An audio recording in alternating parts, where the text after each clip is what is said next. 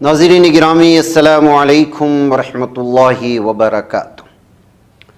सीधी बात के ताज़ा तरीन प्राइम टाइम में आप लोगों का इस्तकबाल है।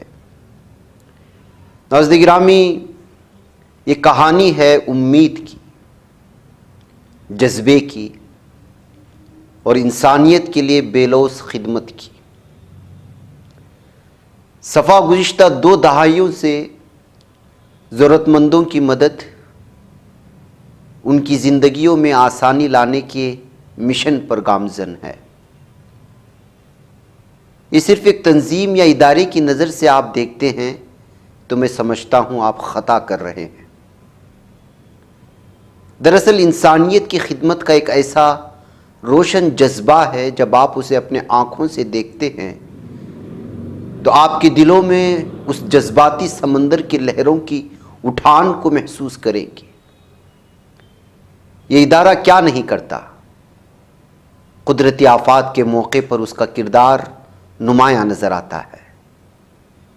सेहत की बहाली के मिशन में गामज़न है, साफ पानी की फराहमी करता है, तालीम सबके लिए कहते हुए गरीब, लाचार, ज़रूरतमंद बच्चों, बूढ़ों, बेवाओं, जवान ख़वातीन, बच्चियों और लड़कियों सबको तालीम और दीनी तरबियत से जोड़ने की कोशिश कर रहा है।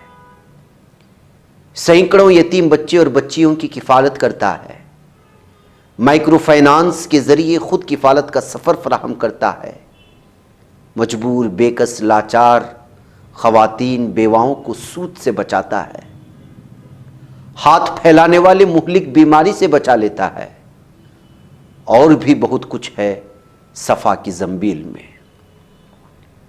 एक एक खिदमत को अलग अलग वीडियोस में पेश किया जाएगा, मगर आज मैं सफ़ा की उस खिदमत को आपके सामने रख रहा हूँ जिसको देखकर आप दंग रह जाएंगे कि आपके घर के कूड़ा कबाड़, इस्तेमाल कर चुके पुराने कपड़े और भी बहुत सारी चीज़ें जो इस्तेमाल में नहीं आ रही हैं, वो कुछ गरीब और ज़रूरतमंदों के लिए कैसे इस्तेमाल में लाया जाता है और किस कदर ये काम इस वक्त वसी हो चुका है कि सिर्फ डंपिंग यार्ड में रियासत के मुख्तलिफ सूबों के लगभग 125 अफराद काम करते हैं और अपनी रोज़ी रोटी चलाते हैं। आइए इसी सफ़ा का सफ़र इसी शहर के बाहर डंप यार्ड से शुरू करते हैं। शुरू में सफ़ा ने आवाज़ लगाई हैदराबाद के वासियों से कि अपने घर की बेकार अशिया हमारे हवाले करें। शुरू में उनके पास अफराद नहीं थे तो मौलाना ग़ियास अहमद रशादी साहब ने अपने 2 फर्जंदान को भेज दिया कि दूसरे घरों की बेकार अशिया, कपड़े हों या कोई और चीज़ लेकर आ जाए। अपने फर्जंदान को इस काम के लिए कुर्बान करने का नतीजा ये है कि आज 25 से ज़ायद गाड़ियाँ पूरे शहर में बैक वक्त घूमती नजर आती हैं और टनों का सामान उठाकर यहाँ कई एकड़ ज़मीन पर मौजूद डंप यार्ड में लाकर डाल देती हैं। अच्छा, मैं आपको डंप यार्ड ले जाऊं उससे पहले किस तरह कॉल सेंटर काम करता है उसको आप यहाँ देख लें कि लोगों के कॉल आते हैं, फिर जो है किस तरह से गाड़ियों को पूरी तरह से देखा जाता है कि कौन सी गाड़ी किस एरिए में जा रही है, कहाँ से फ़ोन आ रहे हैं, किस एरिए से आ रहे हैं, किस कदर ज़रूरत है, वग़ैरह वग़ैरह। ये ख़ुद आपको उसकी तर्जुमानी करेंगे जो कॉल सेंटर के ज़िम्मेदार हैं और ख़ुद मौलाना ग़ियास अहमद रशादी साहब भी।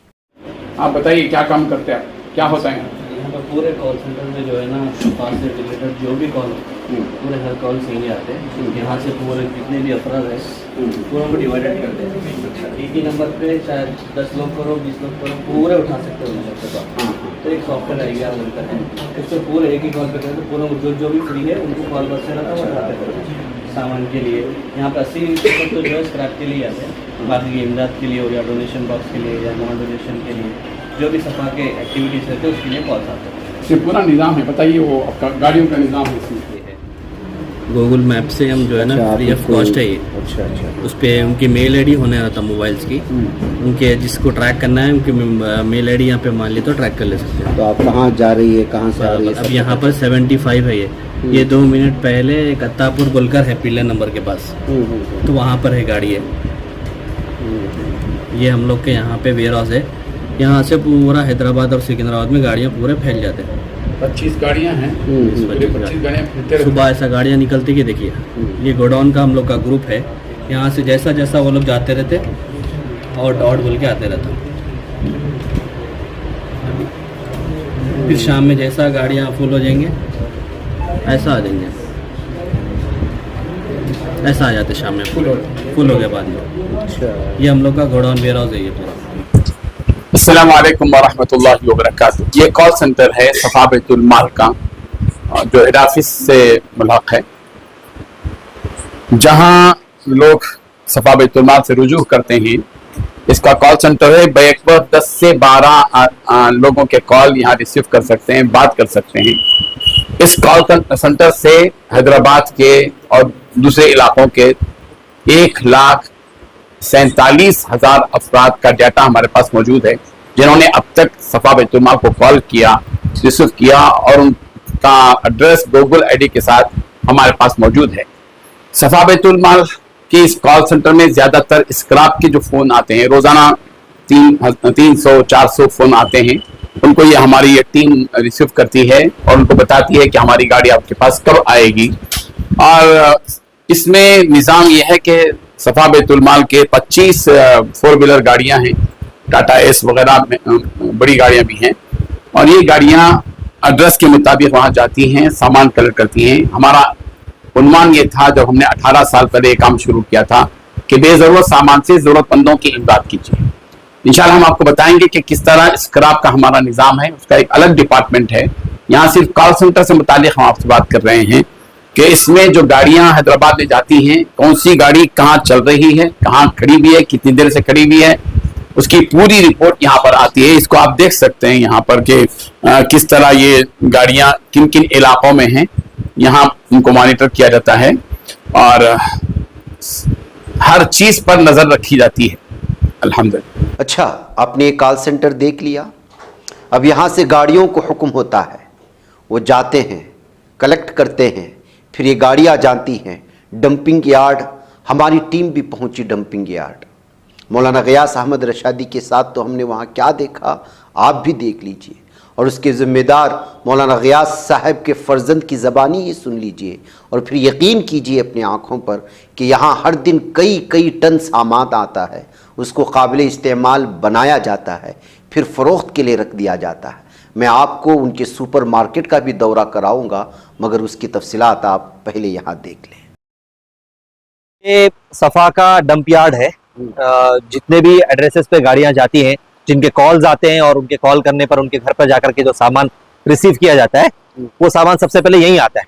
अच्छा। तो गेट में जैसे ही आती है, गेट पर उसकी एंट्री होती है कि कौन से टाइम पे गाड़ी आई, कौन से टाइम पे गाड़ी निकली है, गाड़ी की फोटो वगैरह के साथ। फिर ये फर्स्ट स्टेज, अच्छा, ये प्लेटफॉर्म चीज, यानी जो भी डोनेशन से सामान निकलेगा वो पहले यहीं पे पहुंचेगा।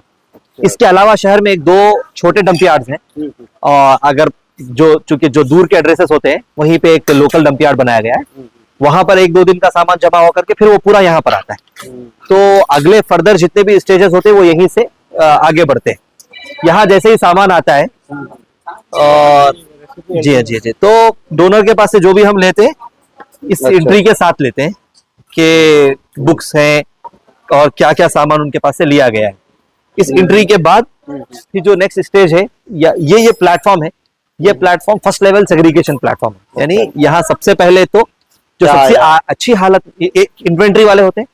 जो केजी वाला आइटम होता है वो पूरा केजी में तोल करके इन्वेंट्री में लिया जाता है। जो काउंटिंग वाला आइटम होता है वो गिन करके लिया जाता है। और जितना भी अच्छा सामान हमारे सेल यूनिट में डायरेक्ट सेल के काबिल है, वो यहीं से गाड़ी लग करके चला जाता है, वो गोडाउन के अंदर नहीं जाता।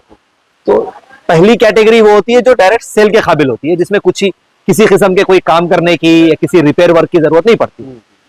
जितना सामान सेल के लिए भेजा जा सकता है वो यहाँ से भेज देते हैं। उसके बाद जो सामान बचता है, कपड़ा रोजाना हम 4.5 से 5 टन रिसीव कर रहे हैं। अच्छा। और हमारी खुद की सेग्रीगेशन कैपेसिटी अभी 2.5 से 3 टन की है।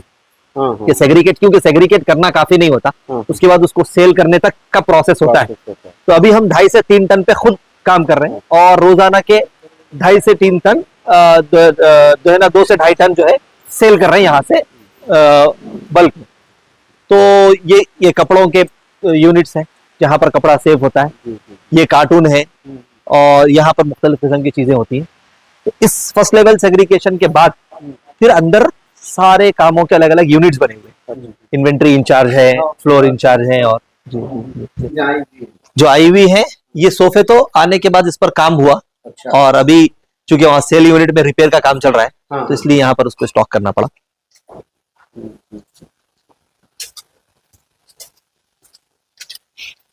ये अलग अलग सेक्शंस बने हुए हैं,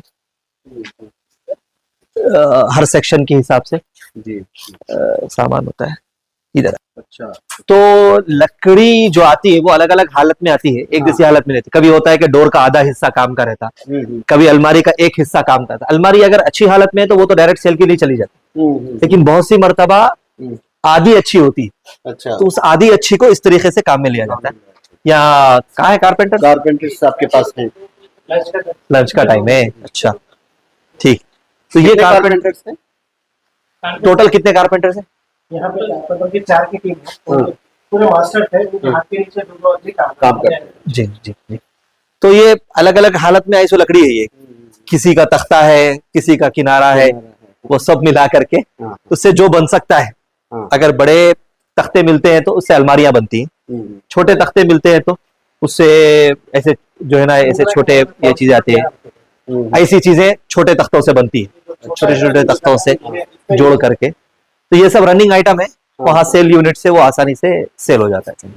इसमें नीचे छोटा सा एक स्टोर है, किताबें वगैरह। ये चूंकि हाँ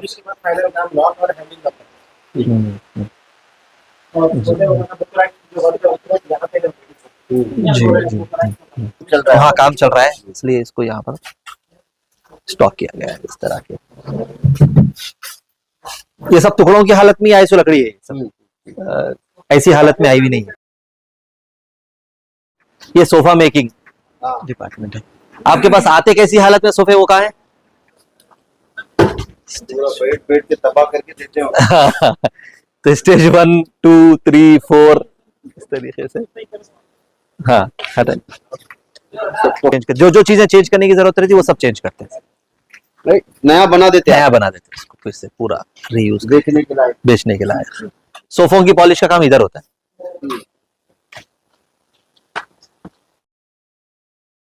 ये टीवियों का लॉट है, ये इलेक्ट्रॉनिक्स का लॉट है जी। वालेकुम सलाम। ये इलेक्ट्रिशियंस हैं जो जितने भी इलेक्ट्रॉनिक का सामान आता है, अच्छा, ये लोग उसको रिपेयर वाले सही करके जितनी चीजें बन सकती हैं मैक्सिमम लेवल पे उसको बनाने की। इसमें washing machine, fridge, AC, fan, यानी हर इलेक्ट्रॉनिक्स जितने भी जो यूज में है वो सब के सब यहाँ आती है और यहाँ ये पूरी चीजें यहाँ रिपेयर होती है। फ्रिज वगैरह का रिपेयर इधर होता है। अच्छा जी हाँ, यहाँ पे यूनिट के लोगों को आप रखे हुए? हाँ जी जी जी, क्योंकि रोज आते हैं ना, तो हर एक का जी जी एक माहिर टेक्नीशियन उसके साथ थोड़े जो है ना उनके साथ असिस्ट करने वाले। जी जी, थोड़े फ्रेशर्स को भी रखते हैं, वो भी काम सीख लेते हैं।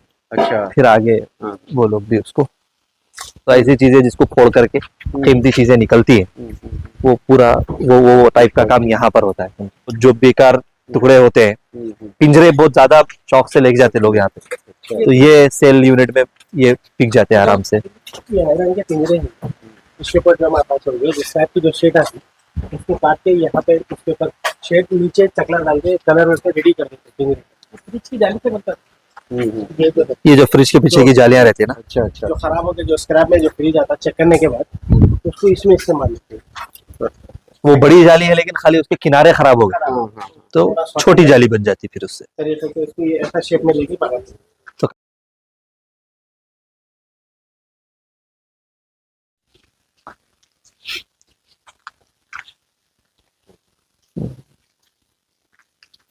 कारपेंटरी के 2 टीम्स हैं हमारे पास। एक वो टीम है जो लकड़ी के टुकड़ों से और वो चीजों से नया सामान बनाती, एक ये टीम है जो उसी को सिर्फ कुछ थोड़ा बहुत रिपेयर करने की जरूरत होती है, तो यहाँ पर उसको रिपेयर करके वो लोग उसको सही कर लेते हैं। मटेरियल है जो लकड़ी के टुकड़े चकले वो सब आते हैं, वो सब धीरे धीरे इस्तेमाल में लाते हैं। नाज़रीन गिरामी, वीडियोस बहुत हैं और हम चलते चलते थक भी चुके हैं। वीडियो कहीं लंबी ना हो, सिर्फ ज़रूरी चीज़ें आपको दिखाई गई है। यहाँ से बनकर ये जाती हैं शहर के 3 मुख्तलिफ इलाक़ों में जहाँ ये चीज़ें फ़रोख्त होती हैं। ज़रूरतमंद अहबाब ख़रीदते हैं। यहाँ कपड़ों की तकसीम किस तरह होती है उसको भी देखें और यहाँ की तफसीलात भी सुनें। जी अस्सलाम वालेकुम रहमतुल्लाह।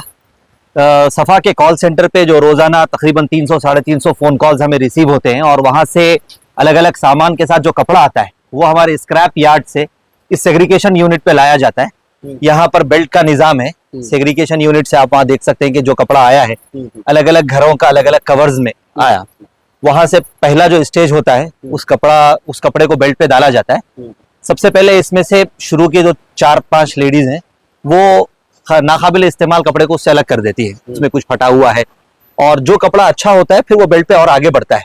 और हर एक की अलग अलग कैटेगरीज बनी हुई है, आप यहाँ देख सकते हैं, वहां पे लिखा हुआ भी है कि शर्ट्स हैं, पैंट्स हैं, टी शर्ट्स हैं, हर कोई अपनी अपनी कैटेगरी का सामान निकाल करके उसे दूसरी टीम को देती है या ड्रम में जमा किया जाता है। उसी कपड़े को फिर अगली टीम बंडल बना करके उसे बेचने की हालत में यहाँ पर जमा कर देती है। ये जो यूनिट है ये होलसेल यूनिट है, यहाँ से बहुत से कारोबारी सामान लेकर के भी जाते हैं और आगे हमारा जो रिटेल यूनिट है उसी से ये कपड़ा वापस से सेल होता है। ये कपड़ा जो लोगों के इस्तेमाल में आ चुका है अब उनके लिए जरूरत का नहीं रहा, वो अब किसी और की जरूरत को मुकम्मल करने का अल्हम्दुलिल्लाह यहाँ पर सामान बन रहा है।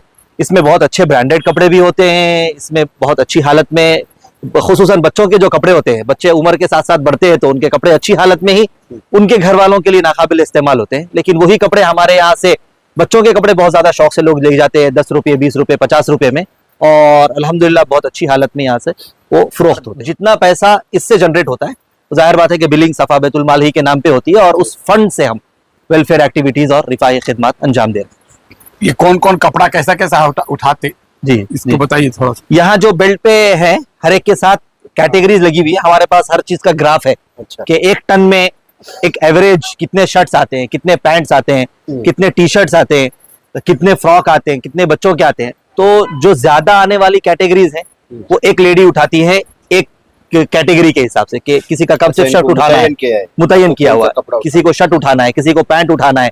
और जो चीजें बहुत कम आती हैं तो वैसी 4-4 कैटेगरी एक लेडी को असाइन कर दी गई है। जैसे सदरी है, शेरवानी है, ऐसी चीजें बहुत कम है ग्राफ के एतबार से, तो वैसी कोई भी चीज अगर उनको मिलती है तो वो उठाते हैं।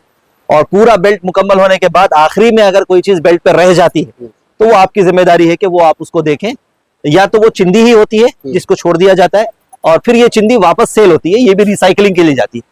ये असल में माहौलियात के लिए भी बहुत अहम काम है क्योंकि कपड़े के खरीदने का रिवाज बहुत ज्यादा बढ़ चुका है और कपड़ा बहुत आसानी से डिसॉल्व नहीं होता, और अगर हम इसको वापस रिसाइकलिंग की तरफ ना भेजें तो ये माहौल को बहुत ज्यादा तबाह बर्बाद करता है। और माहिरीन माहौलियात पूरी दुनिया में इस बात की फिक्र में है कि प्लास्टिक को सही तरीके से रिसाइकिल किया जाए, कपड़े को सही तरीके से रिसाइकिल किया जाए, इलेक्ट्रॉनिक वेस्ट को सही तरीके से रिसाइकिल किया जाए। तो उन तमाम परेशानियों में कपड़ा एक बहुत बड़ी परेशानी है दुनिया की। इसका बेहतर इस्तेमाल यही है कि जो काबिल इस्तेमाल हो उसे वापस इस्तेमाल में लाया जाए, जो नाकाबिल इस्तेमाल हो उसे फौरन रिसाइकिलिंग के लिए भेज दिया जाए ताकि वो दोबारा इस्तेमाल में। नाज़रीन गिरामी, क्या आपने देखा ये सफ़ा बैतुल माल का सिर्फ एक काम है बल्कि सिर्फ आगाज़ है सफ़ा का। हमारे पास बहुत सारी वीडियोस हैं। वीडियो की लंबाई से बचने के लिए जितनी ज़रूरी चीज़ें थी और जितनी ज़रूरी बातें थी उसको हमने आपके सामने एडिट करके रखा है। बसूरत दीगर ये बहुत लंबी हो जाती वीडियो। सफ़ा की वो सारी खिदमात आपके सामने हम पेश करते रहेंगे जिसको हमने अपने आँखों से देखा है। फ़िलहाल इजाज़त दें और सफ़ा को हमेशा मजबूत करते रहें। अस्सलामु अलैकुम वरहमतुल्लाहि वबरकातुहू।